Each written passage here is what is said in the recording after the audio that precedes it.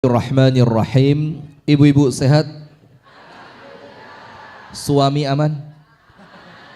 Atau masih dalam pencarian? Masih nyari? Banyak loh bu. Tapi jadi yang ketiga. Bapak-bapak sehat semua pak? Alhamdulillah. Yang lagi liburan kemudian ikut pengajian, coba saya pengen tahu. Yang pas liburan ke banyak juga ya. Yang dari Bandung tadi mana Bandung? Lagi liburan. Malioboro bagus kayaknya. Salah tempat liburan kayaknya.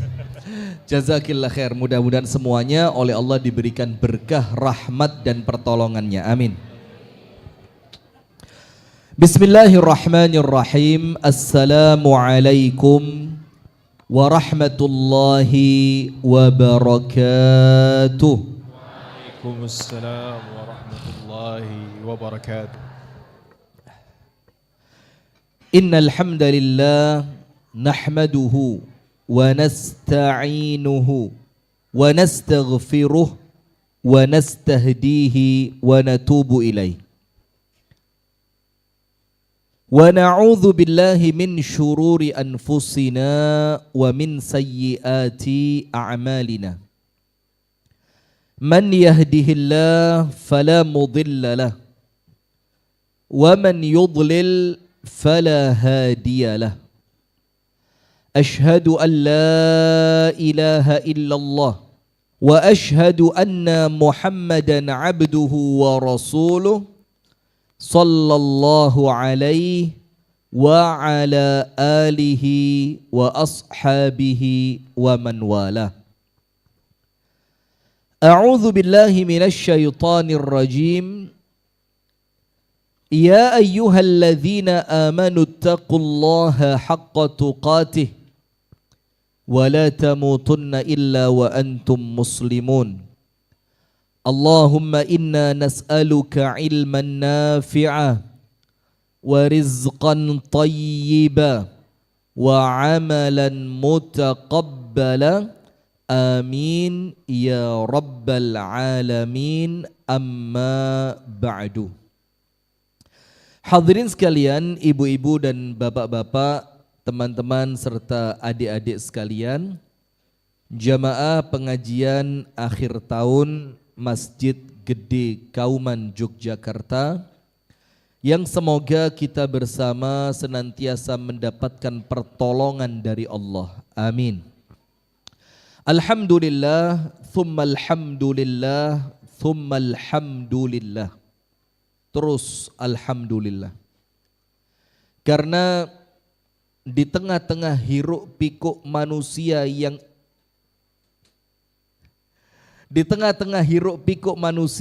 yang dengan aktivitas yang bermacam-macam. Ada yang pengen bakar jagung, ada yang pengen bakar-bakar ikan, ada yang pengen bakar suami. Ada. Beritanya udah masuk kan? Yang diborgol di tangga rumah, kemudian disiram bensin, kemudian dibakar. Ada kan? Istri bakar suami, suami bakar istri, enggak ada. Inilah baiknya suami itu kan, Masya Allah. Karena suami itu sak marah-marahnya masih pakai akal. Istri kalau lagi marah, Masya Allah. Tapi laki-laki ini bahasa Jawa ya, yang dari Bandung dan Kalimantan Barat segala macam, mohon maaf. Anda buka Google Translate aja. Tiang jaler nih ibu, lek disentak bojone goblok ndadak. Langsung, aku sopo? Loh sampean sopo? Aku ndek endi? Itu loh bu, jangan bu kesian bu, kurus-kurus lihat tuh ya Allah. Lihat bu badannya bu, ya Allah kering, kecil, kurus. Ibu-ibu Masya Allah ya. Nah maka alhamdulillah. Kita terus berterima kasih kepada Allah, kita terus bersyukur kepada Allah, kita memuji Allah Subhanahu wa ta'ala dari semua aktivitas yang bisa kita lakukan di malam hari ini. Mau kumpul keluarga, mau rekreasi keluarga, mau acara pesta makan-makan bersama keluarga, atau yang mau merayakan malam tahun baru nunggu jam 00.00 bahkan hitung mundur 10, 9, 8 dari semua aktivitas yang Anda bisa lakukan, ternyata alhamdulillah Allah memilih kita untuk berada di rumahnya. Ini teman saya dari Bojonegoro ini, depan sini. Ini lebih jauh lagi Bojonegoro ini. Insya Allah. Ya, mana hadiahnya haji tadi? Hadiahnya apa haji? Hadiahnya nggak tahu ini dari Pak Asman mau ngasih hadiah apa Pak Asman ini? Nanti saya kasih hadiah haji tanpa antri 2026. Nanti. Insya Allah. Tahun depan berarti ya. Syaratnya satu, bayar sendiri. Wes gak ada syarat lain, itu tok. Bayar sendiri, berangkat sama saya insya Allah. Ada yang mau angkat tangan? Ini iklan travel ini. Nah sudah, maka Allah memilih kita untuk berada di rumahnya. Allah memilih kita untuk mendengarkan tausiah. Allah memilih kita untuk bisa menghabiskan waktu, dalam tanda kutip, untuk sesuatu yang akan kita pertanggungjawabkan kelak di hadapan Allah. Karena ini kan refleksi akhir tahun ya. Kalau kita buka surah Al-Asr, itu maka kita akan mendapatkan ucapan yang luar biasa dari Al-Imam Al-Hafidh Ibnu Katsir. Dalam kitab tafsir Al-Imam Ibnu Katsir mengatakan, ketika menafsirkan wal asri innal insana lafi khusr illa alladzina amanu wa amilus salihati wa tawasaw bil haqqi wa tawasaw bis sabr. Kata Imam Ibnu Katsir ketika menafsirkan kalimat wal asr, beliau mengatakan al umru ra'su malil insan. Umur itu adalah modal terbesarnya manusia. Itu kata Ibnu Katsir. Al-umur ra'su malil insan. Jadi umur kita ini jamaah, ini modal terbesar untuk kita bisa meraih pahala dari Allah. Orang kalau umurnya masih ada, masih sehat, ataupun sakit, bahkan sakitnya sampai menjadikan dia tidak mampu bergerak. Selama akalnya masih waras, dia masih bisa mendapatkan pahala, sabar, husnudzon, ikhtiar untuk sembuh. Dia bisa berzikir dengan, kalau lisannya tidak mampu, dia berzikir dengan hatinya. Tapi kalau usia itu sudah terputus, maka tidak ada lagi kesempatan. Maka disebutkan di dalam Al-Quran, ketika seorang manusia itu meninggal dunia, فَإِذَا جَاءَ أَحَدَهُمُ الْمَوْتُ قَالَ رَبِّ ارْجِعُونِ. Ketika kematian itu datang kepada salah seorang di antara mereka, jadi siapapun ini, maka mereka akan mengucapkan yang saat mereka mati itu, mereka mengucapkan apa? Rabbi irji'un. Ya Allah, kembalikan aku. Apa yang mereka inginkan? La'alli a'malu salihan fima taraktu. Boleh jadi ya Allah, apabila engkau berkenan mengembalikan diriku ke dunia, maka aku akan melakukan amal soleh yang sebelumnya tidak pernah aku lakukan. Apa jawaban Allah? Kalla, tidak mungkin. Tidak mungkinnya dua. Yang pertama, tidak mungkin kembali lagi ke dunia. Yang nomor dua, kalaupun kembali ke dunia, mereka akan mengulang amal buruknya itu, dan itu hanya omong kosong yang mereka ucapkan. Innaha kalimatun huwa qailuha. Itu cuma omon-omon saja, kata Pak Prabowo. Kata itu hanya omon-omon saja menurut Allah Subhanahu. Tapi enggak apa-apa di sini ya. Aman Ustaz, aman. Saya biasa kalau ditahan-tahan malah keluar. Kalau enggak Pak. Di sini Sudah. los Ustaz, Los. los. Nanti pelan-pelan. Nanti ada gilirannya Bahlil, ada Zulkifli. Nanti pelan-pelan. Satu persatu ya. Satu-satu. Iya, Ustaz. satu. Masya Jangan, Allah. jangan. Masya Allah. Jangan buru-buru. Ini katanya sampai pukul 00.00 ini.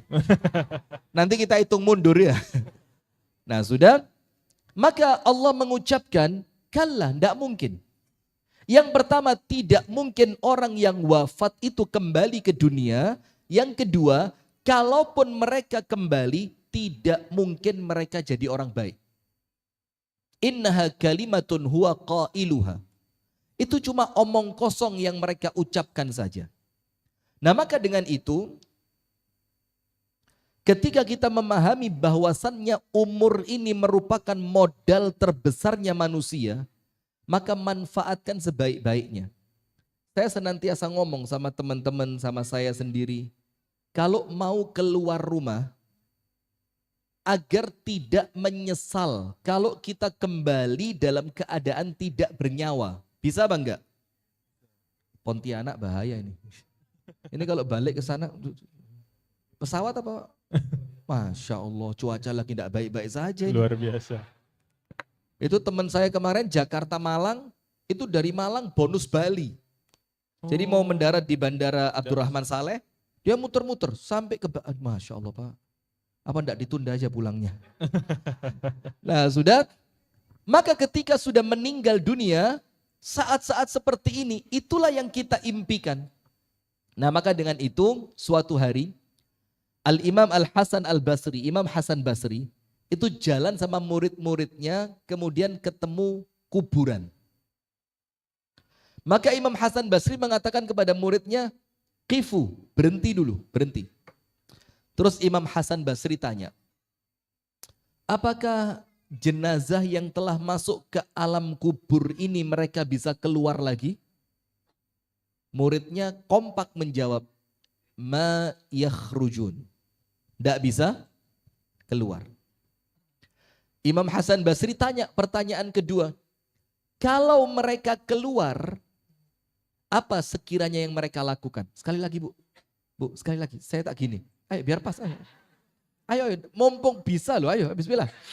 Ayo Bu. Oh nanti ya habis pengajian. Mata saya ini enggak tahu kenapa ya. Sadar kamera banget.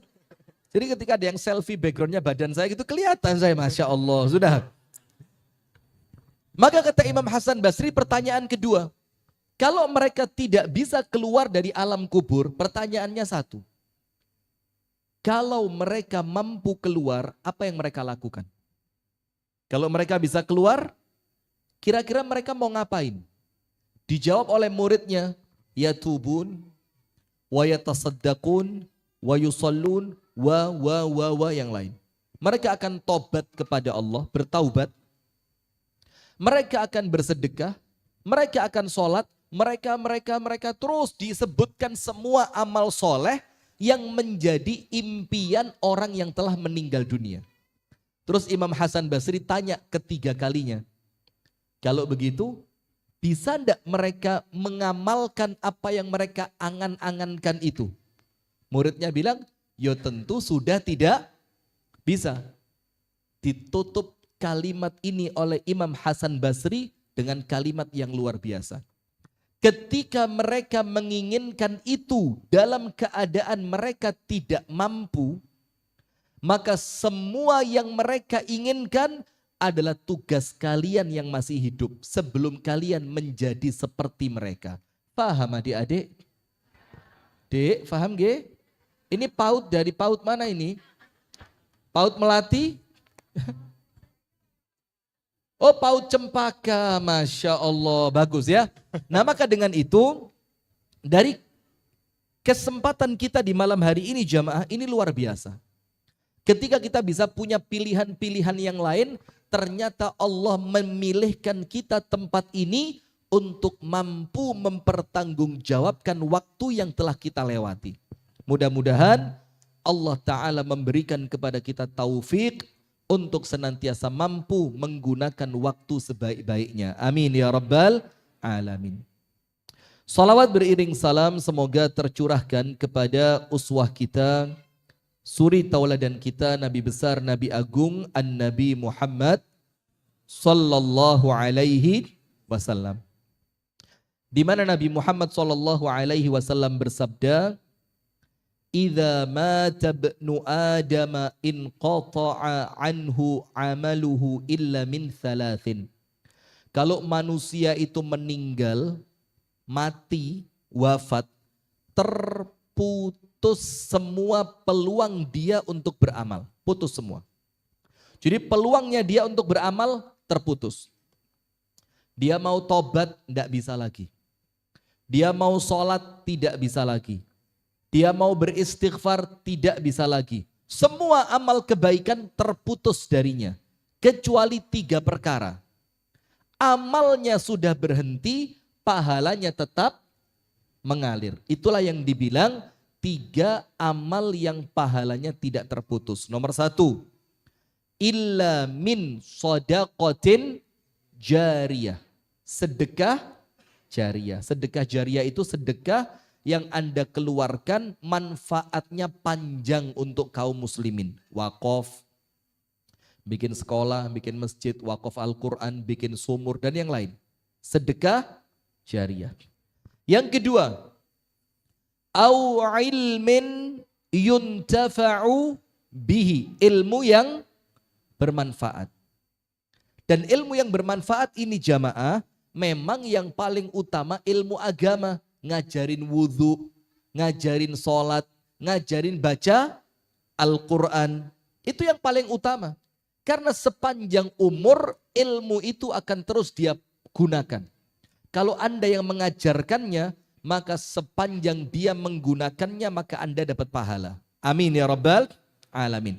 Tapi ternyata bukan cuma ilmu agama, termasuk ilmu dunia. Misal, ada seorang laki-laki yang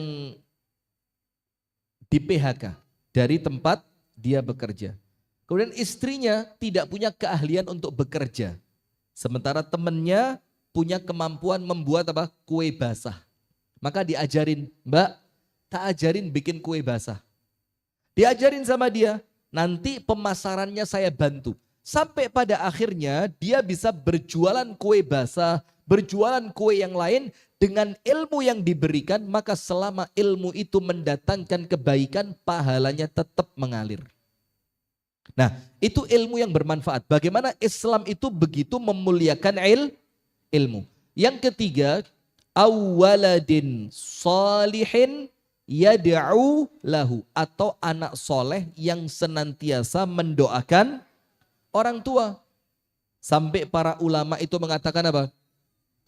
Tidak dibilang anak soleh, walaupun sholatnya sempurna, ibadah sempurna, puasa sempurna, Al-Qur'annya sempurna, tidak bisa dibilang anak soleh sebelum dia mendoakan orang tuanya. Karena mendoakan orang tua termasuk kriteria anak yang soleh. Nah, apabila 3 perkara ini kita miliki, apa yang terjadi? Meninggal dunia kapanpun tidak menjadi masalah. Sip, jamaah sekalian, di malam hari ini kita mau sedikit berbicara tentang refleksi akhir tahun. Ngopeni ati, apa jenengan tahu ngopeni? Ngopeni itu bikin kopi, kemudian kopinya itu disiram ke tanaman, itu namanya ngopeni kembang. Nah itu ngopeni. Yang dari Bandung ngerti ngopeni? Ngopeni tahu? Oh, Bogor. Apa ngopeni itu apa? Oh, ada terjemahannya. Ya Allah, antum ngapain kasih translate di situ kan? Sudah. Merawat hati, merawat bumi. Yang pertama jamaah. Dalam Islam ini ada satu ibadah. Yang itu ibadah paling mulia. Bahkan salah seorang sahabat Nabi yang mulia yang bernama Abu Darda. Abu Darda ini tidak lagi tertarik dengan istrinya. Bayangin. Sampai kemudian istrinya Abu Darda itu pakaiannya biasa banget, lusuh. Dia tidak merawat tubuhnya. Dia tidak menggunakan pakaian yang menarik. Sampai saudara yang oleh Rasul dipersaudarakan yang namanya Salman Al-Farisi, itu oleh Nabi Muhammad dipersaudarakan dengan Abu Darda. Ditanya, ya Ummu Darda, wahai Ummu Darda, kenapa kok kamu tidak berhias? Pakaianmu biasa, tampilanmu biasa, kan suamimu perlu darimu yang semacam itu. Apa kata Ummu Darda? Suamiku sudah tidak butuh perempuan. Kaget Salman Al-Farisi, tanya sama Ummu Darda, apa maksudnya dia tidak butuh perempuan? Dia kalau sudah masuk tempat sholatnya, dia lupa aku dan lupa anak-anakku. Sudah, akhirnya Salman datang kepada Abu Darda mengingatkan. Ya Abu Darda, wahai Abu Darda, istrimu punya hak atas dirimu. Anak-anakmu punya hak atas dirimu. Tubuhmu punya hak atas dirimu. Tunaikanlah hak mereka masing-masing. Ternyata Abu Darda tidak bergeming. Tetap sholat luar biasa dan meninggalkan istrinya. Sampai Salman Al-Farisi gak kuat. Dilaporkan Abu Darda tadi kepada An-Nabi SAW. Dilaporin. Kalau bahasa Inggrisnya diwadulki. Nggak usah ketawa. Kalau bahasa Inggrisnya apa? Diwadulki. Bilang, Kanjeng Nabi, ini Abu Darda kelewatan, keterlaluan. Kenapa dia? Dia ini Nabi tidak lagi pernah mendatangi istrinya. Sampai istrinya tidak perhatian dengan fisiknya. Lusuh, acak-acakan, gak rapi sama sekali. Sama Nabi Muhammad, Abu Darda dipanggil. Ya Abu Darda, jawabannya Nabi Muhammad sama percis seperti yang disampaikan Salman Al-Farisi.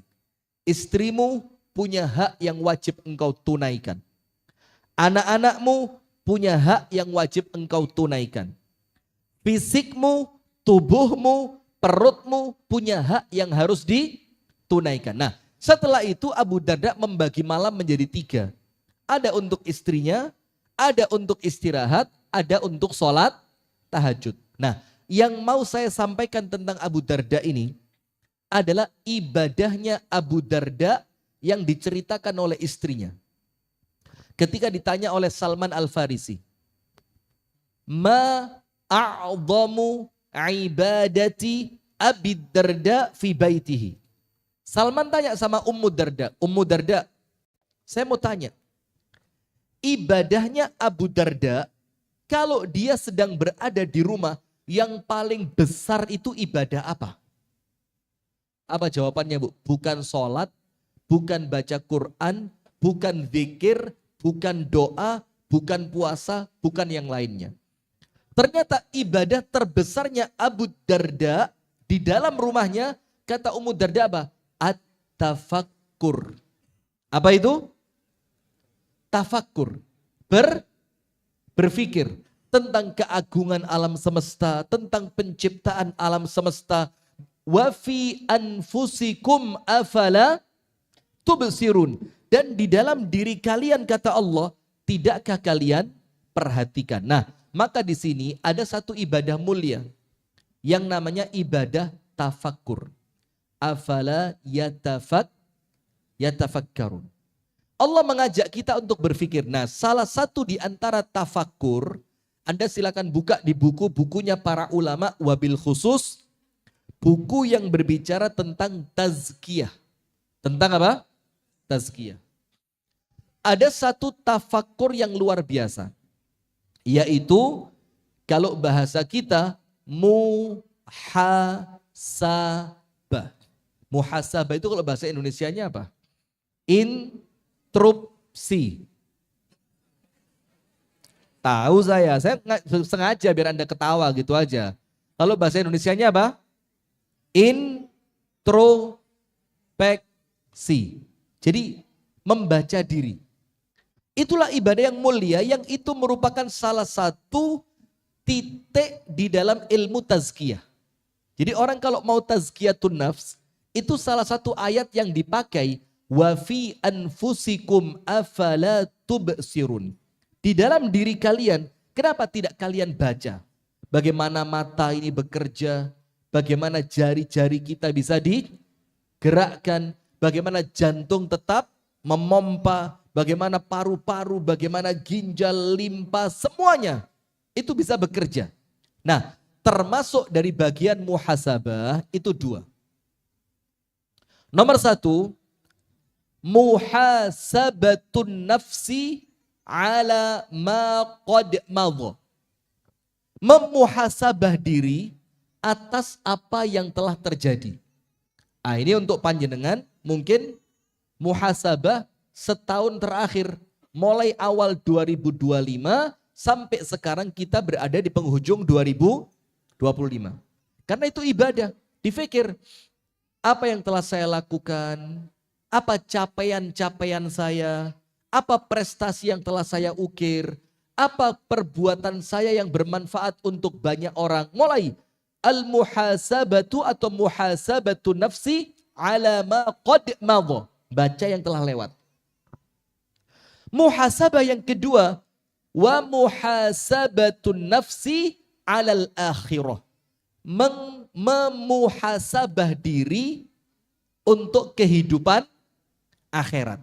Maksudnya apa? Kalau Anda dan saya mati saat ini, kira-kira sudah cukup atau belum bekalnya? Ini bukan pertanyaan, ini ceramah. Lah kok dijawab? Astagfirullahaladzim. Anda nggak ada bedanya sama orang Malang. Minum dulu Ustaz, minum dulu. Ini ceramah bukan pertanyaan. Lah kok jawab belum? Sudah, saya lanjutkan. Nah, sekarang jamaah, muhasabatun nafsi ala ma qad madha. Menghitung-hitung diri atas apa yang telah lewat. Itu yang dihitung 2. Nomor 1, menghitung pahala. Boleh apa enggak? Boleh. Salah apa tidak? Tidak salah. Apakah kita sok-sokan mau hitung-hitungan dengan Allah Ta'ala? Bukan. Buktinya apa?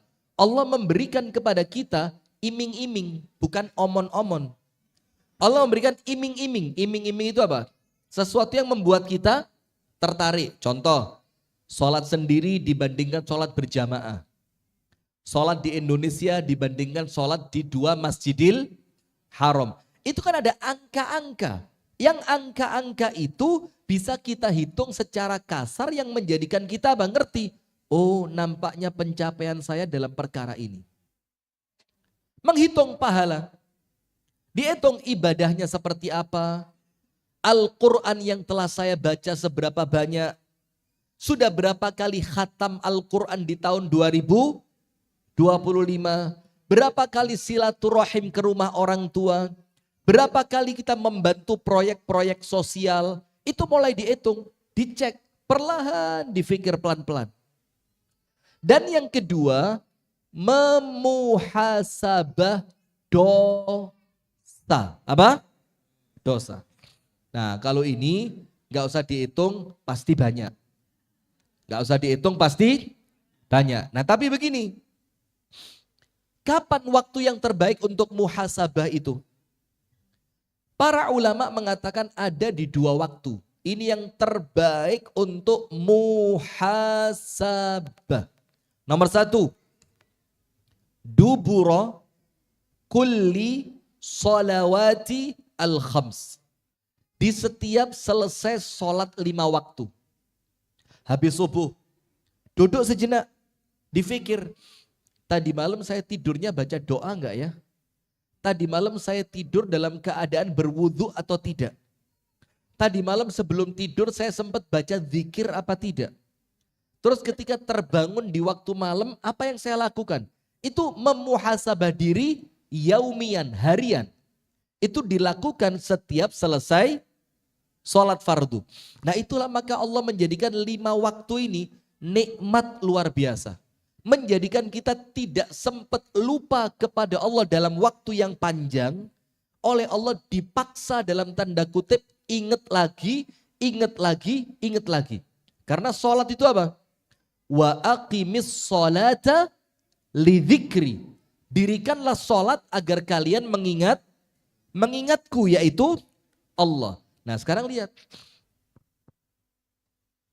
Kalau orang itu lupa kepada Allah, apa yang terjadi? Nomor satu, maka sama Allah kita disuruh sholat sampai ada waktunya. Dan waktunya itu kalau kita pikirkan secara rasional manusia, itu waktu yang paling tepat untuk menghadap kepada Allah. Antara Isya sampai subuh panjang. Karena ada waktu tubuh kita untuk istirahat. Dari subuh ketemu zuhur panjang. Karena ada hak keluarga kita untuk kita mencarikan nafkah bagi mereka. Tapi zuhur asar dekat, maghrib isya juga dekat. Maghrib isya waktu yang paling pas untuk baca Quran, untuk taklim, untuk mengaji, untuk berdoa, untuk berzikir maghrib sampai isya. Bahkan ada satu cerita di zaman salaf, saking berharganya waktu antara maghrib sampai isya. Ada seorang bapak kehilangan uang dalam jumlah yang cukup besar. Setelah sekian waktu, bapak ini mulai putus asa. Dianggap sudahlah, toh kalau rezeki uang itu bakal kembali. Dan bapak ini punya kebiasaan, maghrib sampai isya tidak boleh diganggu. Maghrib sampai isya tidak boleh diganggu. Dia duduk di tempat sholatnya dia berzikir, dia berdoa, dia membaca Al-Quran, dia tafakkur, dia tadabbur, sampai isya baru kemudian dia pulang. Ketika uangnya ketemu, ditemukan duitnya dia dalam jumlah yang besar tadi. Dan ketemunya di antara waktu maghrib sama isya. Anaknya langsung datang ke bapaknya. Bilang apa? Pak, ada sesuatu yang penting. Bapaknya kira apa? Apa yang penting itu? Ternyata anaknya ngomong, uangmu yang hilang telah ditemukan. Bapaknya mengira, ya Allah, hanya urusan uang, kamu mengganggu maghrib sampai isya saya. Apa kata bapaknya? Hukuman untukmu dan untukku. Bagikan uang itu kepada fakir miskin sampai habis. Kemudian bapaknya membaca apa? Walal akhiratu khairul laka minal ula. Waktu maghrib sampai isya, saya mencari akhirat, ini lebih baik dibandingkan uang saya yang ditemukan itu. Kamu saya hukum, bagi uang itu malam hari ini juga sampai habis. Jadi ada waktu-waktu sholat yang luar biasa. Nah sekarang kita kembali. Kenapa Allah menjadikan kita senantiasa ingat kepada Allah dengan sholat-sholat tadi? Yang pertama, Allah mengatakan kalau orang itu lupa kepada Allah, apa yang akan dia dapatkan? Wala takunu kalladzina nasullaha fa'ansahum anfusahum ulaika humul fasiqun. Dan janganlah kalian menjadi seperti orang yang lupa kepada Allah. Tidak boleh. Allah melarang kita, jangan jadi orang yang lupa kepada Allah. Apa hukumannya? Fa'ansahum anfusahum. Allah menjadikan kita lupa tentang diri kita sendiri. Itu awalnya karena lupa kepada siapa?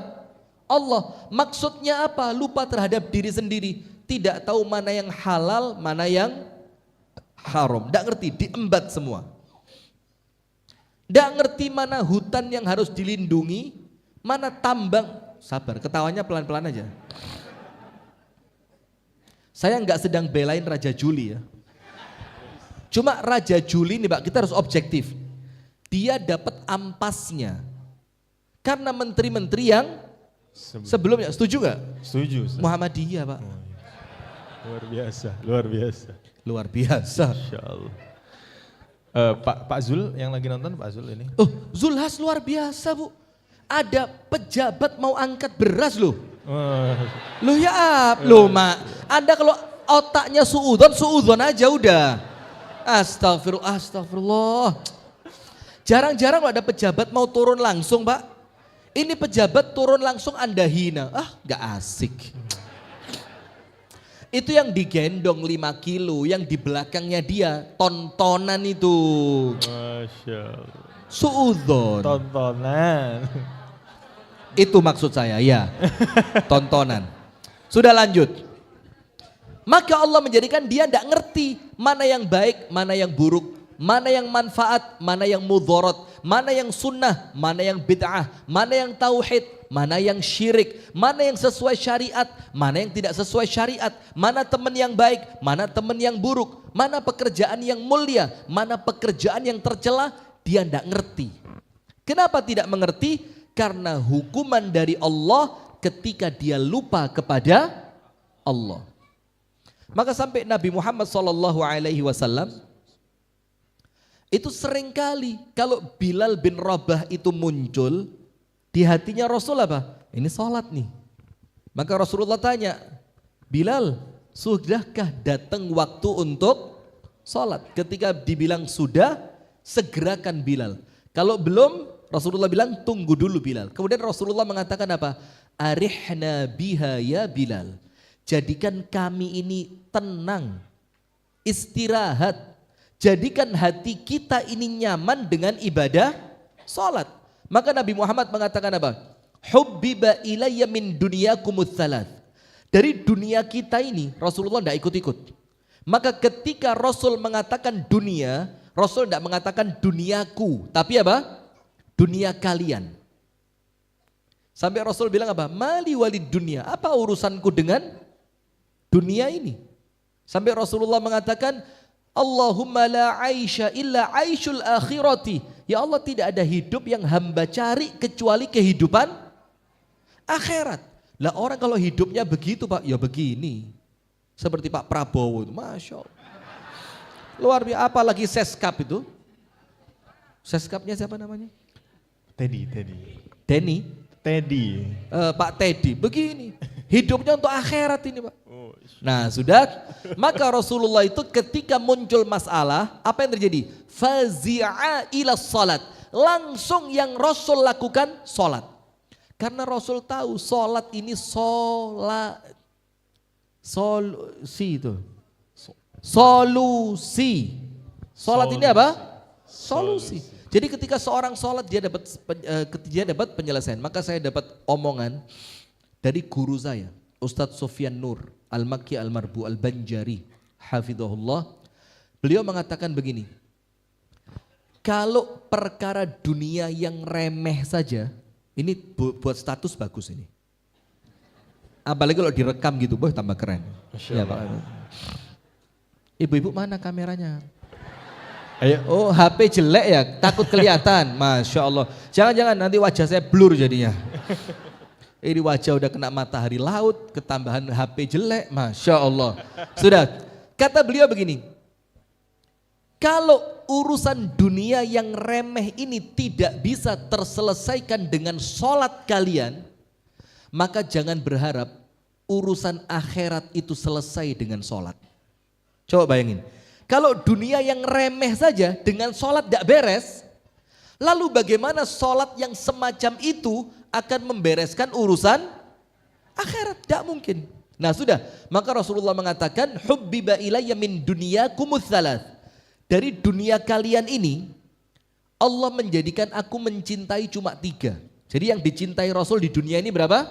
3. Nomor 1, mulai kesemutan Ibu ya. Iya kaki gitu. Emang kalau ketekuk lama gitu kadang-kadang Bu. Ntar kalau berdiri kayak gak ada kakinya gitu rasanya.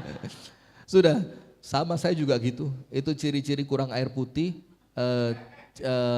ciri kurang air putih, pembukaan stroke katanya. Insya Allah sehat walafiat Bu, amin, amin. Anda langsung kayak tegang gitu ya, bercanda Bu, sudah. Maka kata Rasul, dari dunia kalian ini, Allah menjadikanku mencintai 3 darinya. Nomor 1, at-tib, minyak wangi. Rasulullah itu senang banget dengan minyak wangi. Senang banget. Sampai ada Ustadz Fauzil Azim tahu? Ya enggak usah teriak-teriak, biasa saja. Astagfirullah, sombong banget. Semangat sih. banget tuh Ustadz. Sombong, oh iya makanya tahu kaget saya, Masya Allah. Tahu Ustadz Fauzil Azim kan, yang badannya besar itu, semoga Allah menjaga beliau. itu neliti, buat penelitian khusus tentang minyak wanginya Nabi. Saya pernah umroh ketemu beliau di Medina. Lah di Mekah, Medina. Saya lupa umroh yang keberapa itu ya. Masya Allah. Masya Allah. Masya Allah. Yang keberapa ya? Ada yang bisa ngingetin? Ini ciri orang sombong ini. Yang ibadahnya tidak akan diterima. Na'udzubillah. Ketemu beliau entah di Mekah atau Madinah, saya lupa. Langsung 1 botol minyak wangi 6 mili itu, 6 mili. Itu ditaruh di tangannya semua. Diusapkan ke kepala saya. Wih usap. Loh yo begini Nabi Muhammad itu pakai minyak wangi. Masya Allah. Itu Bu 3 hari kepala saya lengket terus. Itu habis tahallul kita ya kan, habis dikerok gitu. Mekah, ketemu di Mekah. Habis tahallul selesai, ketemu di Mekah. Itu ditempelin ini, itu 6 mili saya. Minyak wangi yang kental itu, yang neteh. Itu 3 hari. Saya megang kepala saya kayak cilok kemasukan, kayak cilok dimasukin apa? Caosnya itu kan, bumbunya itu. Masya Allah. Sudah, yang pertama yang Rasul cintai apa? Minyak wangi. Yang kedua, yang Rasul cintai dari dunia kalian ini an-nisa, perempuan. Rasul cinta perempuan dalam artian yang positif, dalam artian yang positif. Kalau ngomong poligami, boleh. Barusan langsung ada yang tegang tuh Ustaz. Ya, gini, ibu-ibu ngadep sana dulu ya. Saya mau ngomong sama mereka ini. Kalau ngomong poligami Pak, Islam itu datang merapikan. Karena apa? Sebelum Islam itu datang, orang-orang jahiliyah kafir Quraisy itu istrinya tidak terbatas. Ada yang istrinya 7, ada yang istrinya 12, ada yang istrinya 20, ada yang 25, bahkan sampai dalam satu kisah ada yang istrinya 50. Maka ketika Islam itu datang, perempuan-perempuan kafir Quraisy senang karena Islam itu datang untuk perkara poligami dengan 2 hal. Nomor 1, pembatasan. Yang awalnya tidak terbatas, sekarang dibatasi maksimal. Nah, jadi poligami itu bukan keluasan Bu, pembatasan. Jadi dibatasin maksimal 4. Ayo Pak. Ayo. Ya Pak, setuju. Anda ngajak istri sih, coba istri nggak usah diajak tadi. Tahun depan kita bikin khusus laki-laki ini. Insya Allah. Iya, khusus laki-laki. Kita bikin daurah sehari khusus laki-laki. Saya pernah sekali camping sama wali murid di sekolah tempat anak saya sekolah, camping. Sudah camping ini sengaja cari tempat yang tidak ada sinyal handphone. Jadi sinyal handphone hilang udah. Udah kita datang ke tempat camping, naik mobil, naik gunung, mendaki gunung, melewati lembah. Ninja. Oh ninja ya. Naik sampai ketemu tempatnya, kita buka handphone. Gak ada sinyal. Anda kira kita susah? Bahagia. Masya Allah. Ini minimal semalam istri gak akan connect ke sini. Sudah. Ketika kumpul laki-laki semua, setelah sholat isya kita makan bareng bikin api unggun. Itu ibu-ibu tahu nggak Bu, para suami kalau jauh dari istrinya Bu, ketawanya lepas. Wah, bahagia banget. HP nggak ada sinyal, istri nggak ada CCTV. Wah, tawa.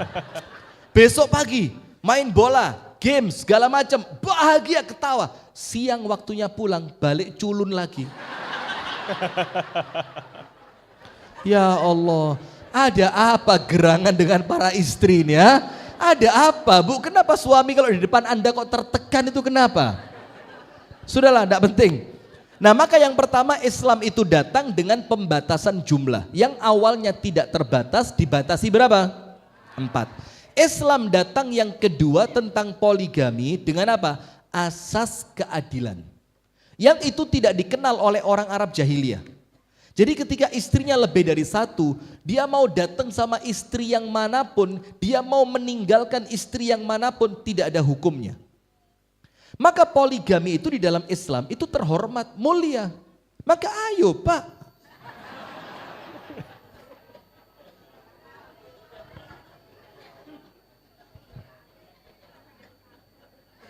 Berani Pak. Mau tapi nggak berani. Sabar, tenang. Sudah. Yang kedua, yang Rasul cintai dari dunia ini apa? Perempuan. Yang ketiga, bukan cinta. Bukan cinta. Kalau minyak wangi, Rasul cinta. Kalau perempuan, Rasul cinta. Yang ketiga apa? Wa ju'ilat qurratu aini fis shalah. Dan Allah menjadikan penyejuk mataku itu ada di dalam ibadah sholat. Jadi sholat itu Bu, sesuatu yang dinanti dan diharapkan oleh Nabi. Sampai ada satu ulama salaf dalam kitab kecil kitabnya, karangan Syekh Dr. Ahmad Farid. Itu ada seorang ulama dari kalangan tabi'in, berdoa sama Allah ketika dia mau wafat. Dia berdoa begini, ya Allah, in adzinta li ahadin an yusalliya fi qabrihi fa'adzin li bidzalika ya Rabbi. Ya Allah, kalaulah ada orang yang engkau izinkan sholat di alam kuburnya, maka aku minta itu ya Allah. Jadikan aku tetap sholat walaupun aku telah terbaring di dalam alam kubur. Saking cintanya dengan sholat, sampai mati pun masih kepingin sholat. Kita hidup aja. Sabar, enggak usah protes, tenang. Pantes Rasul ngomong perempuan banyak di neraka ya. Pantes, baru tahu saya. Enggak Bu, aman. Sudah, kita lanjutkan. Nah, maka kata para ulama, muhasabah yang harian, waktu terbaiknya itu setiap selesai sholat 5 waktu. Dari zuhur, Anda pikir sampai setelah subuh tadi, Anda melakukan apa saja. Ketika Anda bekerja, ketika Anda di jalan raya, fungsinya apa? Kalau ada yang baik, syukuri. Alhamdulillah. Hamba berterima kasih kepadamu ya Allah atas taufik yang engkau berikan sehingga hamba mampu melakukan kebaikan.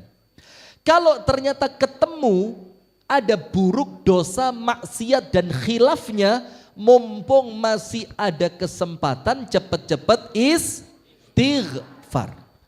Nanti lagi habis zuhur ketemu sholat asar, dicek lagi. Tadi sepanjang ba'da zuhur sampai saya sholat asar, apa yang terjadi? Nanti begitu lagi, asar ketemu maghrib, maghrib ketemu isya kembali ketemu subuh. Itu waktu yang pertama harian, setiap selesai sholat fardu yang 5 waktu. Yang dimuhasabah apa? 2, dosa dan pahalanya. Kalau ada dosa cepat istighfar, kalau ada pahala cepat-cepat bersyukur kepada Allah. Karena apa? Kalau nunggu setahun sekali, iya. Kalau ketemu setahun. Kalau tidak ketemu, iya benda. Yang kedua, waktu muhasabah harian disebutkan oleh para ulama qubaila an-naumi, saderenge tilem. Bogor ngerti? Deso. Ngartos? Saderenge tilem apa? Before sleep. Oh keren, Masya Allah. Bogor, Pontianak paham ya? Tidak ada translate-nya di sini. Saderenge tilem, tidak ada translate. Sebelum tidur. Maka itulah dalam Islam pengajian ba'dal isya ini bid'ah, dhalalah, finnar. Mosok ngaji marisa ini masjid gede kauman. Habis isya itu kalau ngomong sunnah tidur. Begitu Pak Kepala Takmir nggih. Ngapunten ingkang kathah. Tapi tidak apa-apa. Kalau sesekali seperti ini boleh. Karena begadang itu hukumnya boleh untuk 3 perkara. Selain itu makruh. Bukan haram apa? Makruh. Nah, jadi begadang itu boleh untuk berapa? 3. Nomor 1. Sahar lil ibadah. Begadang untuk ibadah. Contohnya orang yang i'tikaf di 10 hari terakhir bulan Ramadan. Boleh apa tidak? Makruh apa tidak? Malah sunnah. Nomor 1. Nomor 2. Sahar lil ilmi. begadang untuk ilmu. Anda silakan buka kitab-kitab ulama Malikiyah. Malikiyah. Ulama Malikiyah itu banyak cerita mereka itu kalau diskusi ba'dal isya. Dan tidak berhenti kecuali terdengar adzan subuh. Bayangin. Kita mau coba malam hari ini. Las-los. Ini suara saya udah kayak dicekek gini. Itu yang kedua boleh. Sahar lil ilm, begadang untuk ilmu. Yang ketiga, sahar bainaz zaujain, begadang suami istri. Yang jomblo diem aja, nggak usah sok ngikut ngomong. Duda janda diem dulu. Ada yang duda? Jarang duda, janda banyak. Ini menunjukkan laki-laki lebih tersiksa dalam rumah tangga. Cepat mati mereka, Masya Allah. Sudah, maka begadang itu yang boleh 3. Nomor 1, begadang untuk ibadah. Boleh. Anda ba'dal isya begini nggak tidur baca Quran, boleh. Yang kedua, begadang untuk ilmu, mutola'ah, diskusi, belajar seperti ini, boleh. Yang ketiga, begadang antara suami dan istri. Anda tahu Rasulullah pernah begadang sama Ibunda Aisyah, hampir masuk tengah malam baru selesai. Lah Anda taunya apa? Anda taunya artis yang nikah sama seorang laki-laki beristri ya? Siapa namanya itu? Siapa ya? Saya nggak tahu juga Ustaz. Nggak ngikutin beritanya nih Ustaz. Nggak percaya wajah seperti ini, nggak percaya saya. Nah sudah. Maka Ibunda Aisyah itu pernah naik ke atas dipan bareng Nabi Muhammad, sudah siap tidur. Dan Nabi Muhammad itu orang yang kalau kita ngomong manusia paling capek. Paling capek. Tidak ada yang lebih capek dibanding Nabi Muhammad Sallallahu Alaihi Wasallam. Contoh capeknya Nabi. Suatu hari Siti Fatimah itu datang ke rumah Ibunda Aisyah mencari ayahnya. Datang ke rumahnya Ibunda Aisyah. Aisyah, ada ndak ayahku? Ibunda Aisyah bilang belum pulang. Datang lagi menjelang siang, tanya Ibunda Aisyah, ada ndak ayahku? Kata Ibunda Aisyah, Fatimah, ayahmu belum pulang. Menjelang asar datang lagi. Ibunda Aisyah, ada ndak ayahku? Kata Ibunda Aisyah, ayahmu belum datang. Menjelang maghrib datang lagi sampai 4 kali. Sampai Ibunda Aisyah merasa segan kepada Siti Fatimah. Maka Ibunda Aisyah ngomong apa? Fatimah gini aja udah, kamu gak usah balik ke sini. Nanti kalau ayahmu datang, aku beritahu. Kenapa? Kok bisa? Kok bisa kepikiran WA itu loh Bu? Masa WA gitu? Astagfirullahaladzim. Ketawa sendiri lagi tadi Ustaz. Masya Allah. Ini masuk masuk penistaan agama. Tolong kamera ini kena pasal ini. Nggak bisa pulang ke Bogor ini. Nanti kita ringkus di Polda Jateng ini. Udah, bercanda Bu. Sudah? Anda tahu kapan Rasulullah datang ke rumah ke rumah Sayyidah Fatimah? Menjelang tengah malam dalam keadaan Sayyiduna Ali dan Sayyidah Fatimah sudah tidur. Bayangin, mulai pagi tidak pulang kecuali menjelang tengah malam. Subhanallah. Capek apa enggak? Dan itu yang dilakukan Nabi kesehariannya. Sudah? Maka Nabi Muhammad dalam keadaan manusia paling capek, naik keranjang. Kalau laki-laki apa? Saya sama istri sering miskom. You know miskom? Susah.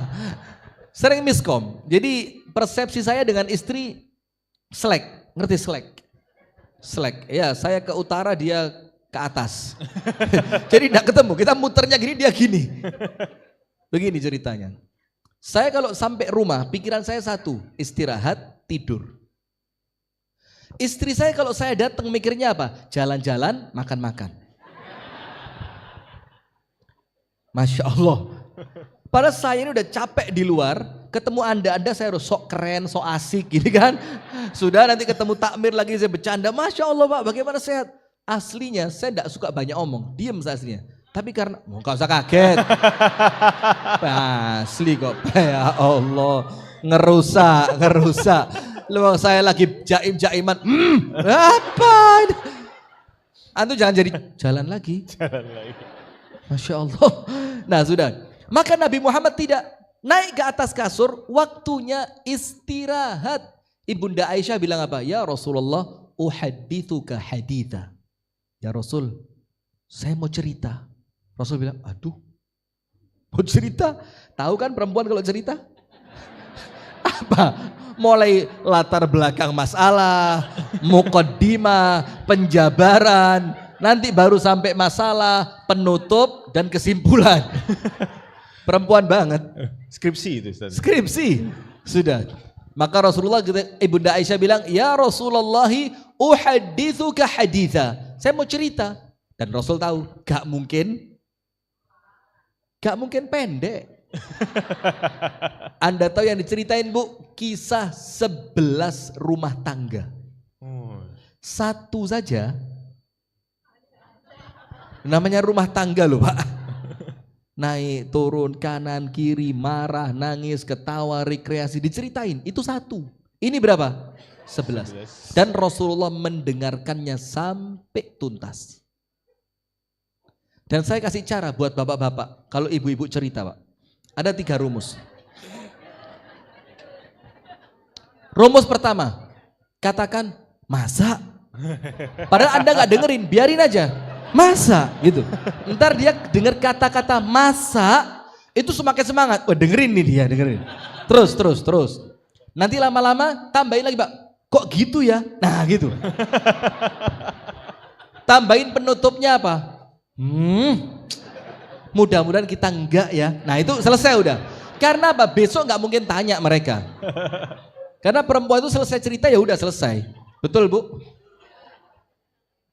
Anda dicengin kok seneng aja Anda. Udah lanjut. Maka Nabi Muhammad SAW mengajarkan ba'dal isya langsung apa? Tidur. Tujuannya apa? Fisik tidak terlalu capek. Ada waktu untuk wudhu dulu. Ada waktu untuk membaca witir. Ada waktu untuk membaca wirid sebelum tidur. Ada waktu kalaupun Anda mau witir sebelum tidur. Ada waktu sholat dulu 3 rakaat. Dan ada waktu untuk muhasabah. Tapi sayangnya kita ini tidak pernah menikmati waktu. Kita ini semua serba kesikut. Kesikut. Kita ini serba apa? Tergesa-gesa. Coba lihat orang sekarang. Udah ada waktu, makan. Pada orang zaman dulu ngomong mengunyah makanan berapa kali kunyahan? 32. Ya 3 jam baru selesai makan.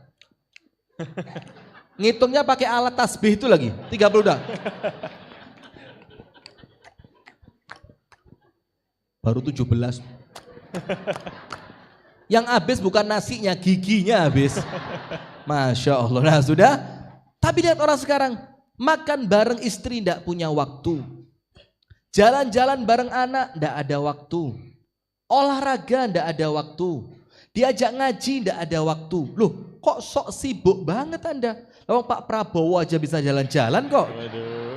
Iya enggak? Nah maka dengan itu ada satu resep. Biar waktu itu tertata dengan baik. Apa resepnya? Baca Quran. Apa resepnya? Baca Quran. Kalau Anda mau ditambah 2, orang itu waktunya pasti tertib dengan 2 amalan. Sholat tepat waktu dan Quran. Waktu yang lain beres.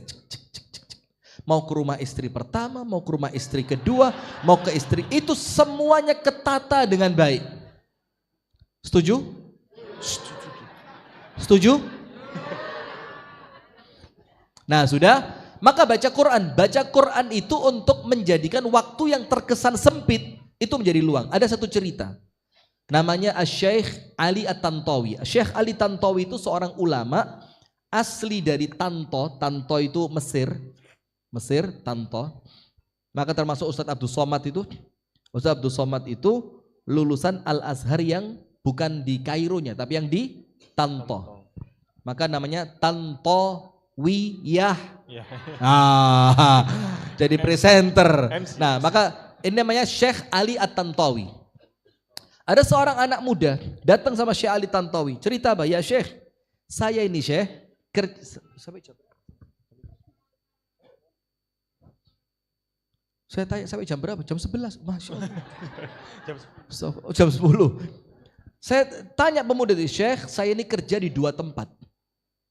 Di tempat ini jam sekian sampai jam sekian, kemudian di tempat yang satu jam sekian sampai jam sekian. Sampai dengan 2 pekerjaan itu Syekh, saya tidak punya waktu untuk sekedar makan bareng anak dan istri saya. Bayangin. Maka Anda kalau masih punya waktu jalan-jalan sama keluarga, bersyukur Pak. Anda kalau masih punya waktu nganterin anak sekolah, bersyukur.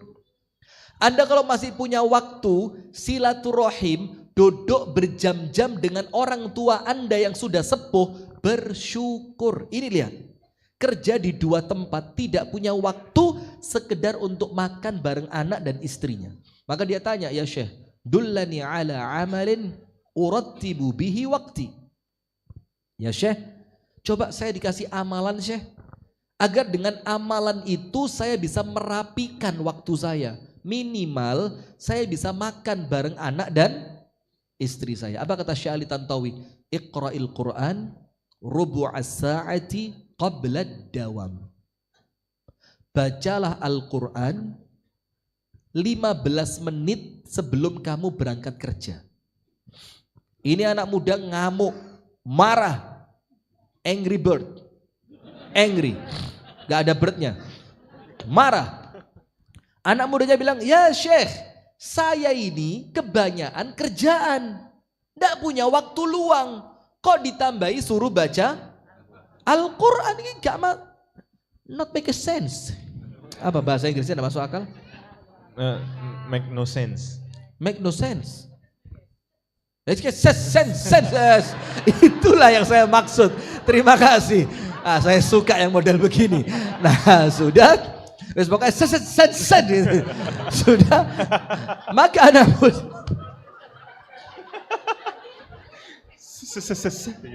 Dia pede banget lagi. Sudah lanjut.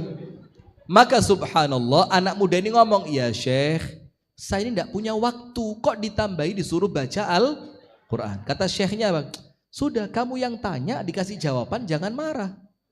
In syi'ta fafa'al wa in ma tasha'la tafa'al. Kalau kamu mau lakukan, kalau kamu tidak mau, ya udah, gak usah repot. Akhirnya mulai dia baca Quran, ngotot dia. Bangunnya lebih pagi untuk punya waktu baca Quran 15 menit. Sudah? Mau kemana? Sense.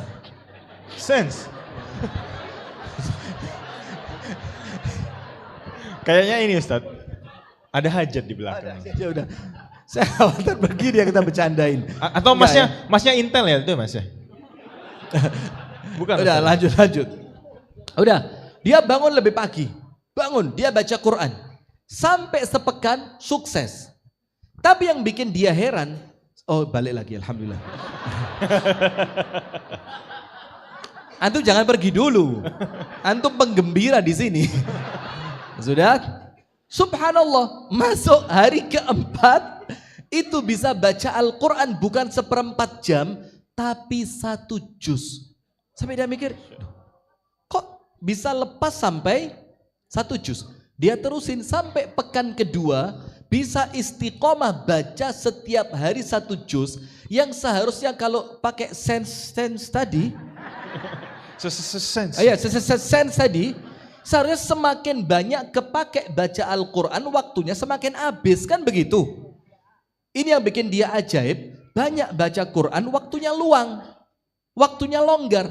Datang dia di pekan yang kedua kepada Syekh Ali At-Tantawi. Dia mengatakan, ya Syekh, amri gharib. Agak-agak aneh urusan saya ini. Kenapa? Saya paksa hari pertama sampai hari keempat 1/4 jam. Baca Quran, saya bangun lebih cepat. Hari kelima sampai pekan pertama, saya sukses baca 1 juz. Pekan kedua istiqomah 1 juz. Tapi yang saya heran Syekh, kenapa dengan banyaknya saya baca Al-Quran yang itu mengurangi waktu saya, tapi ternyata waktu saya semakin luang, kosong. Saya bisa makan bareng istri, bahkan saya sempat nganterin anak saya sekolah. Ini ajaibnya di mana? Apa kata Syekh Ali Tantawi? Beliau mengatakan, Kitabun anzalnahu ilaika mubarakun. Al-Quran ini Allah turunkan kepada kalian agar kalian meraih berkah. Terus Syekh Ali Tantawi mengatakan, apa berkahnya Al-Quran? Pekerjaan yang mungkin selesai dalam waktu 20 menit dengan Al-Quran bisa jadi selesai 15 menit. Pekerjaan yang seharusnya selesai 1 jam dengan Al-Quran, Allah bisa selesaikan 20 menit. Pekerjaan yang seharusnya selesai 3 jam dengan Al-Quran, Allah bisa menyelesaikannya hanya dalam waktu 1 jam. Sisanya buat apa? Terserah kamu. Nah itulah Al-Quran. Nah maka kita ini jamaah, kalau setiap hari kesusu, terburu-buru, tergesa-gesa, naik mobil mau nabrak-nabrak, lampu merah disikat. Itu perhatikan 2, jangan-jangan sholatnya gak beres ini orang. Jangan betul-betul, mau Anda sendiri kok betul. Nah, maka nomor 1, jangan-jangan memang sholatnya apa? Gak beres ini orang.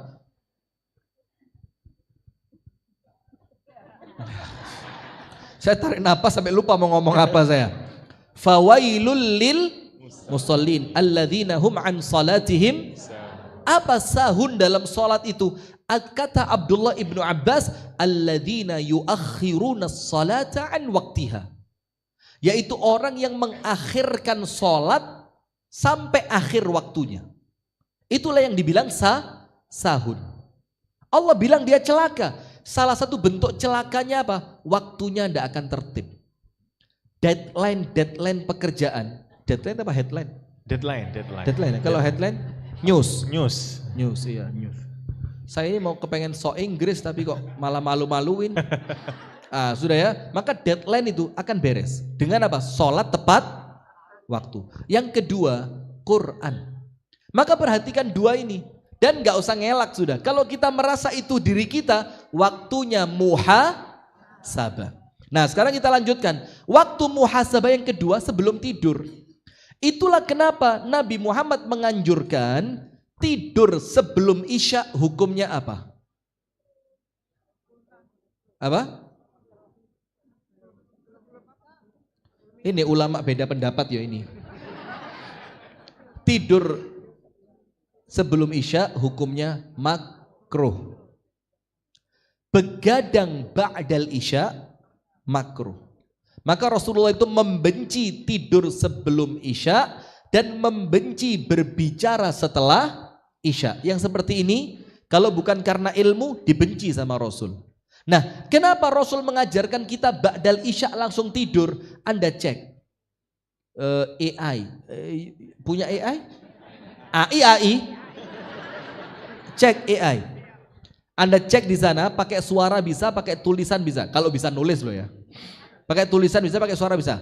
Waktu tidur terbaik untuk metabolisme tubuh. Cek di sana. Google saya keluar juga nanti. Itu kapan? Dicek di sana, ada institut yang khusus membahas masalah tidur. Ternyata apa? Tidur terbaik itu di awal malam sampai jam 12 malam. Mentok jam 1 malam. Tidur setelah itu tidak merubah apapun. Jadi tidur di atas jam 1 malam tidak menambah apapun untuk Anda. Makanya bangunnya apa? Tidurnya udah lama, jam-jamnya udah panjang tapi terasa masih kurang bugar, kurang fit. Dan itulah sabda Nabi SAW. Dan kita tidur di awal waktu tujuannya banyak. Nomor 1, bisa ngobrol dulu sama istri. Bu, seneng gak bu ngobrol sama suami bu? Suami yang gak seneng bu. Nah, astagfirullah. Masya Allah. Betul bapak-bapak? Betul? Oh, gak berani jawab Ustadz, gak berani jawab. Gak berani jawab. Ada waktu ngobrol dengan istri. Nomor 2, ada waktu untuk wudhu dan sholat. Ada waktu untuk baca zikir sebelum tidur. Ada waktu untuk Itu muhasabatu fima qad madha. Memuhasabah diri atas apa yang telah terlewat dari kita. Muhasabah. Dicek muhasabah. Karena apa jamaah? Waktu yang sudah lewat gak akan kembali. Tapi bisa menjadi ladang kebaikan dan pahala untuk hari ini. Dengerin baik-baik. Ini serius ini. Itu. Golden Wish. Tahu Golden Wish? Mario Bros. Kalau habis selesai ngomong kan mesti itu. Antum enggak ngalamin itu ya? Tahu Ustaz. Yang suka nonton dulu Metro TV? Tahu. Super. Sahabat-sahabat yang super. Sahabat itu. super. Terakhirnya tuh. Sudah, kita lanjutkan. Mau ngomong apa tadi? Apa? Itu. Apa yang telah lewat, dengerin, tidak mungkin kembali, mustahil. Anda mau tarik pakai cara apapun gak akan balik. Tadi sholat isya, Anda mau ulang sholat isya seperti waktu yang tadi gak akan ketemu. Maka waktu itu dibilang oleh para ulama sesuatu yang paling mahal. Karena kalau dia sudah lewat, dia gak akan kembali. Gak akan kembali. Tapi bisa yang telah lewat itu menjadi kebaikan. Dengan cara apa? Muhasabah. Kalau sudah lewat isya, alhamdulillah tadi bisa sholat isya berjamaah. Alhamdulillah tadi juga dapat shaf yang pertama. Alhamdulillah tadi juga sempat sholat qobliyah. Tadi sempat sholat ba'diyah. Alhamdulillah zikir ba'da sholatnya tadi sempurna, tuntas terbaca semua. Nah maka ibadahnya yang tadi Anda lakukan dapat pahala, mensyukurinya tambahan pahala. Itu kalau kebaikan. Kalau keburukan bisa apa enggak? Bisa. Dengan cara apa? Tobat. Maka dalam surat Al-Furqan Allah berfirman, illa man taba wa amana wa amila amalan salihah fa ulaika yubaddilullahu sayyiatihim hasanat. Orang yang kalau dia tobat dari dosa, tobat dia, bertobat, ya Allah, muhasabah. Ya Allah, kok tadi waktu azan isya saya dengar masjid gede Kauman azan isya, tapi saya masih sibuk di mana yang dekat sini tempat wisata? Malioboro. 0 km. Taman Pintar. Azan sini alun-alun. dengar gak sampai sana? Enggak Ustaz. Alun-alun. Dengar? Dengar? Alun-alun paling dekat Ustaz. Alun-alun. Yang ada Nabila itu yang mana? Oh iya, depan. Depan itu. Depan. Pendopo Kenapa? Lawas. Pendopo Lawas, kok tahu? Wah, Masya Allah. Ini yang biasa nongkrong di situ, Ustaz. Oh alah, nggak salah wajah panjenengan nggak asing Bu, di videonya banyak muncul. Sudah. Maka ketika ada yang jeleknya, muhasabah, ya Allah, tadi isya, kalau saya mau, saya bisa jamaah ya Allah. Tapi saya lebih mementingkan apa? Duduk di warung kopi. Apalagi sekarang ada warung kopi Pangku. You know? Kopi Pangku tahu? Pak, tahu apa pernah? Wajahnya pernah ini. Wajahnya pernah ini. Bercanda Pak. Nah, maka ada warung kopi Pangku. Nah, maka dengan itu kalau dia tahu ternyata ini adalah dosa, bisa dosa itu jadi kebaikan. Dengan syarat apa? Tobat, imannya diperbaiki, bersegera melakukan amal soleh. Tobat, imannya diperbaiki, segera ganti keburukan yang Anda lakukan dengan amal soleh. Apa yang terjadi? Faulaika yubaddilullahu sayyiatihim hasanat.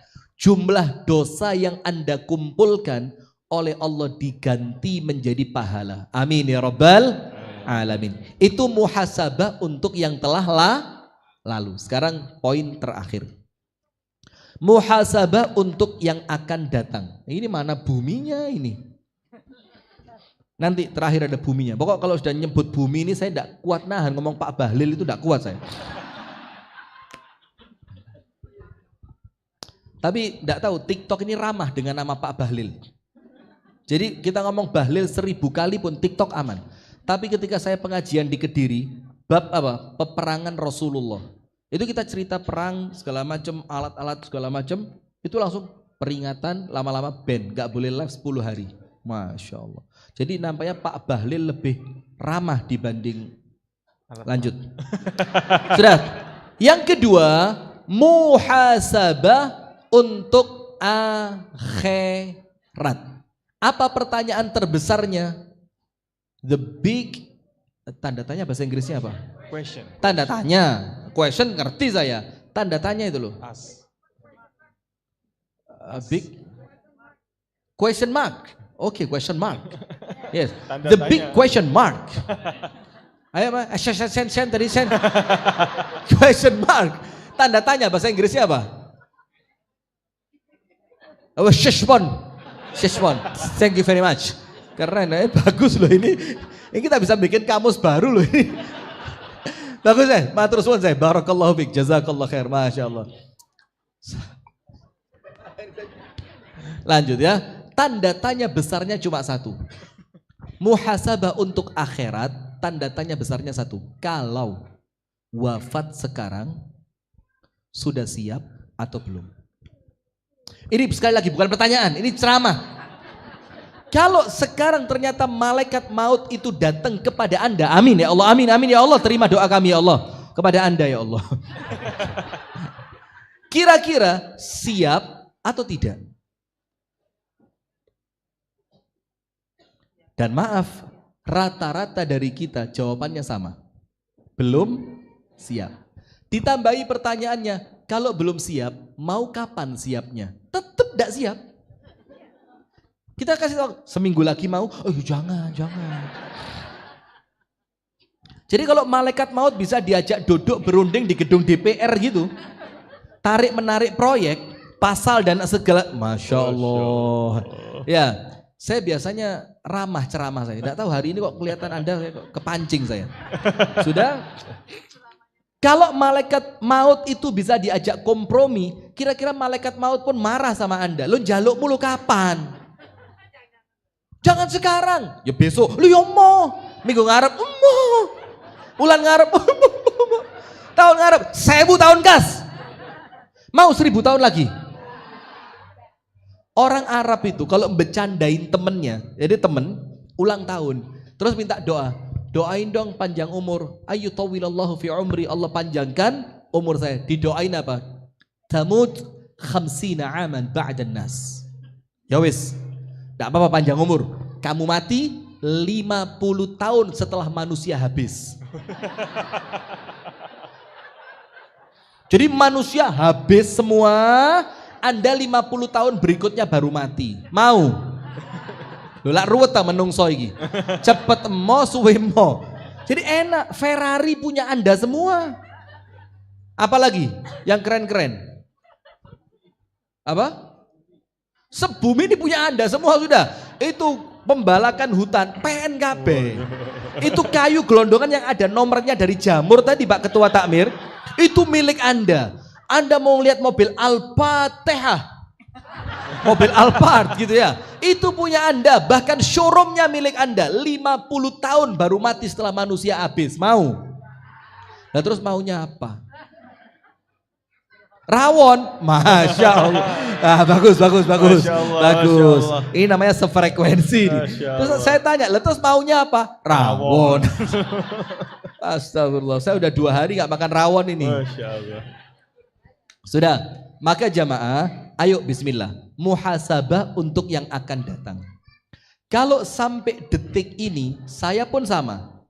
Anda juga sama. Karena kita ini juga manusia biasa, layaknya seorang manusia. Begini, kalau sampai detik ini, misalkan malaikat maut datang. Terus kita dorong-dorongan, kamu saja, gak sampai naik. Terus kira-kira yang maju duluan siapa? Ustate. Loh, lah kalau saya mati yang ceramah siapa? Karuan jamaah ndak pengaruh. Lo kalau panjenengan mati sekarang ndak ada pengaruhnya. Lo kalau saya rame masjid gede Kauman. Ya Allah. Nggak ono wedine. Memang agak lain itu Ustaz. Agak lain memang. Ustaz. Sudah, penutup begini. Maka jamaah, perhatikan, ini penting. Kalau sampai, tambah banter mana? Kalau sampai detik ini ternyata kita merasa belum siap, dicek 2. Dicek berapa? 2. Nomor 1. Dicek pahala kita, berarti kita sendiri sadar kalau pahala kita, bekal kita belum cukup untuk hidup yang selamanya. Maka orang tidak berani mati gara-gara merasa apa? Belum punya bekal. Iya apa enggak? Rumah masih sertifikat atas nama pribadi. Tanah, kebun, sawah, ladang, orang kalau punya sawit Ustaz, sawit. Nggak punya 1 hektar pun nggak punya. Nggak punya. Iya, nggak punya. Nggak punya 1 hektar pun nggak punya. Dulu yang ngomong siapa ya? Katanya 120.000 hektar. Yang 11 dari 100 itu Ustaz. Nggak tahu juga Ustaz ya? Yang kemarin saya bukan nggak tahu, saya cari aman saya. Antum tahu yang live berapa ini? 1, 2, 3. Ini 3 channel ini, salah satunya kena antum nanti. Na'udzubillah, insyaallah selamat semua. Amin, Maka amin. kita ngerti, kalau sampai detik ini ternyata belum siap wafat, jujur. Karena kita tahu akhirat itu selamanya, sementara bekal kita baru sedikit. Tak kasih contoh. Saya kasih contoh. Analogi, agak ngerti Anda analogi Anda. Ngerti analogi? Apa analogi? Perumpamaan. Yes, perumpamaan. Great. Thank you very much. Your English is great. Oke. Begini, perumpamaan. Saya di Jogja ini daerah pegunungan yang paling keren view-nya di mana? Menoreh, Merapi, Gunung Yang Kidul. harganya paling mahal sudah. Yang tanahnya paling mahal. Mana ya?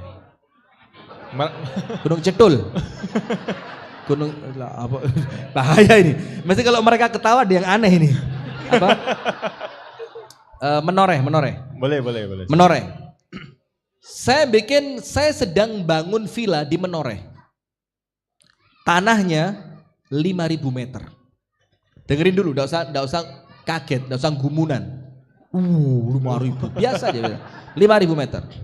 Saya bikin ada kolam renang. Ada helipad. Karena saya kalau ke sana pakai helikopter. Sudah. Rumah itu saya bikin 4 lantai. Lantai dasar khusus tempat parkir mobil mewah. Bayangin. Nanti Anda bayangin juga Anda istri saya gitu ya. Sudah.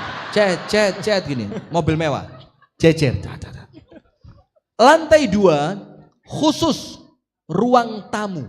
Jadi kalau ada tamu-tamu, saya taruh di lantai 2. Ada meja besar untuk makan, ada kamar-kamar tamu. Lantai 3 khusus untuk saya, istri saya, dan anak-anak saya. Lantai 3. Lantai 4, dak, nggak pakai atap, langsung dicor, langsung di atas itu ada tempat nge-gym, ada minibar, ada mini perpustakaan, ada tamannya. Sudah? Rumah saya di mana tadi? Menoreh. Sementara rumah yang saya tinggali sekarang, ini rumahnya reot. Ada tikus, tikus kantor. Ada tikus. Baru jongkok di toilet, ada binatang yang berkumis. Itu Masya Allah, saya kalau udah lihat yang satu itu saya, waduh minta ampun saya. Yang kalau terbang musibah sudah. Tahu Anda apa itu? Tahu. Kecoa itu ya Allah, kita lagi di kamar mandi, dia pasang antena, teneng. Ini siap-siap terbang ini. Kalau udah terbang, yakin pasti kena muka itu. Pak. Sudah, rumah saya yang sekarang jelek banget rumahnya jelek. Hujan, bukan lagi bocor, emang gak ada atapnya. Tidur itu beralaskan kasur yang kalau bangun gatel semua. Nah sekarang rumah saya di Menoreh sudah jadi. Pengen cepet pindah nggak saya ke sana? Kenapa? Pindah dari rumah reot menuju rumah yang megah. Itulah ibarat dunia dan akhirat. Kalau yang Anda bangun akhirat, maka Anda akan menanti waktu perpindahan. Itu kalau Anda ini gini, Masya Allah. Ya, kalau Anda ini hanya bangunnya dunia, beli gelang, beli cincin, beli apa lagi? Skincare, beli lagi tas. Aduh, Masya Allah. Jadi ingat Sahroni saya. Sudah, kalau yang Anda beli cuma dunia, akhiratnya nol. Ketika waktu pindah, Anda ngerasa belum punya rumah, gak ada kasurnya, gak ada perabotnya. Tapi kalau Anda di dunia ini, wabtaghi fima atakallahu ad-daral akhirah wala tansa nasibaka minat dunia. Dunia ini cuma satu, sekedar jangan lupa. Sekedar apa? Jangan lupa. Tapi semua potensi yang kita punya gunakan untuk bangun apa?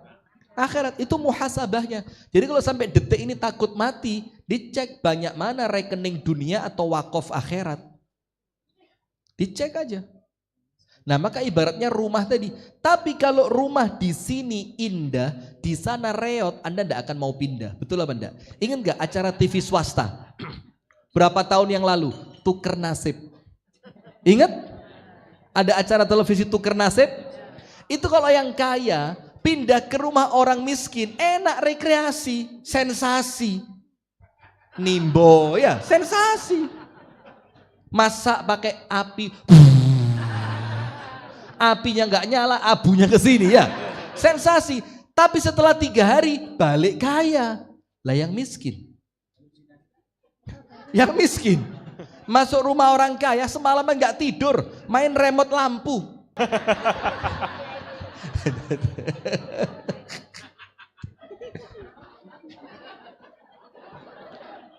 Besok pagi berenang mulai pagi sampai sore, masuk angin kerokan. Loh, ingat gak acara itu? Tapi setelah 3 hari balik. Lah ya apa cerita film enggak ada acara, enggak ada konsepnya sama sekali itu. Yang miskin balik miskin, susah. Nah, maka kita itu jamaah kalau masih sampai detik ini muhasabah akhirat, takut mati, intinya kita yakin bekal kita masih belum cukup. Maka ayatnya mengatakan apa? Wa idza jaa ahadahumul maut qala rabbirji'un la'alli a'malu salihan fima taraktu. Ya Allah, kembalikan sejenak saja, saya mau melakukan amal yang dulu saya tinggalkan. Sama malaikatnya dipukul, ya ahmaq, kata malaikat dalam tafsir Ibnu Katsir, min hunaka ji'ta. Kata malaikatnya apa? Kenapa kamu minta kembali ke dunia padahal baru saja kamu itu pergi dari dunia? Kenapa omonganmu ini tidak engkau gunakan ketika kamu masih di sana? Faham adik-adik? Nomor 2. Orang kalau masih takut mati, yakin dia belum tobat. Yakin dia belum tobat. Dalilnya apa? Kalau belum tobat takut mati. Kita kan senantiasa berdoa, Allahumma inni as'aluka taubatan nasuhan qablal maut. Jadi kita itu kepinginnya apa? Tobat sebelum wafat. Sehingga kalau kita wafat sebelumnya sudah tobat, dosa kita berapa? 0. At-taibu minadz-dzambi kaman la dzambalahu. Orang yang tobat dari dosa yang dia lakukan seperti orang yang tidak pernah punya dosa. Dosanya berapa? 0. Mau ndak mati setelah itu? Mau, karena kita yakin kalau dosanya 0, tempatnya di mana? Tempatnya di mana? Nah, sekarang pertanyaannya, kenapa Anda sampai sekarang ndak mau mati? Karena Anda yakin dosa Anda masih banyak, belum tobat. Sementara satu dosa saja, entah kecil ataupun besar, yang tidak diampuni oleh Allah cukup untuk menjadikan kita masuk neraka. Na'udzubillah min dzalik. Barakallahu fikum. Itu kultum, sekelumit. Terima kasih. Sekelumit yang dapat kami sampaikan. Semoga apa yang kami sampaikan ini benar-benar menjadi manfaat untuk kita bersama. Dan Allah Ta'ala menjadikan tahun yang akan datang, Allah jadikan tahun yang penuh dengan kebaikan dan keberkahan serta kemenangan untuk kaum muslimin. Dan apa yang telah kita lalui di 2025, apabila ada baiknya oleh Allah diterima, dan apabila ada buruknya semoga oleh Allah kita diampuni. Amin ya rabbal alamin. Kami kembalikan kepada MC kita di malam hari ini.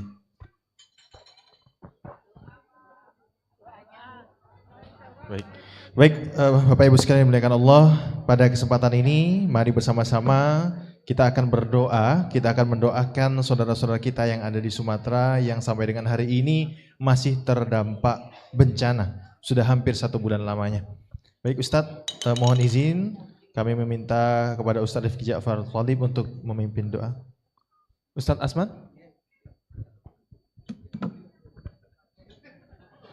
Baik.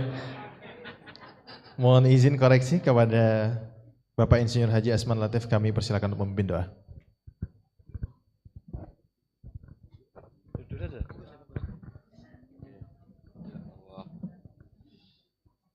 Assalamualaikum warahmatullahi wabarakatuh. Mari kita tundukkan wajah dan hati kita sejenak untuk bermunajat penuh husnudzon pada Allah. Semoga doa kita akan didengar dan dikabulkan Allah Subhanahu wa taala. Alhamdulillahirabbil alamin. Hamdan na'imin, hamdan syakirin, hamdan yuwafi ni'amahu wa yukafi'u mazidah. Ya Rabbana lakal hamdu kama yanbaghi liwajhikal azimi sultanik. La ilaha illa anta subhanaka inni kuntu minadh dhalimin. Rabbana zalamna anfusana wa illam taghfir lana wa tarhamna lanakunanna minal khasirin. Rabbana la tuzigh qulubana ba'da idh hadaitana wa hab lana min ladunka rahmah innaka antal wahhab. Rabbi ij'alni muqimas shalat wa min dzurriyyati Rabbana wa taqabbal du'a. Allahumma a'inni ala dzikrika wa syukrika wa husni ibadatik. Rabbana hab lana min azwajina wa dhurriyyatina qurrata a'yun waj'alna lil muttaqina imama. Allahumma arinal haqqa haqqan warzuqna ittiba'ah wa arinal batila batilan warzuqna ijtinabah. Rabbana atina fid dunya hasanah wa fil akhirati hasanah wa qina adzabannar. Rabbana taqabbal minna innaka antas sami'ul alim wa tub alaina innaka antat tawwabur rahim. Wa sallallahu ala Muhammadin wa ala alihi wa ashabihi ajma'in. Subhana rabbika rabbil izzati amma yasifun wa salamun alal mursalin walhamdulillahi rabbil alamin. Matur nuwun sedaya. Assalamualaikum warahmatullahi wabarakatuh. Waalaikumsalam warahmatullahi wabarakatuh. Hadirin yang dirahmati Allah.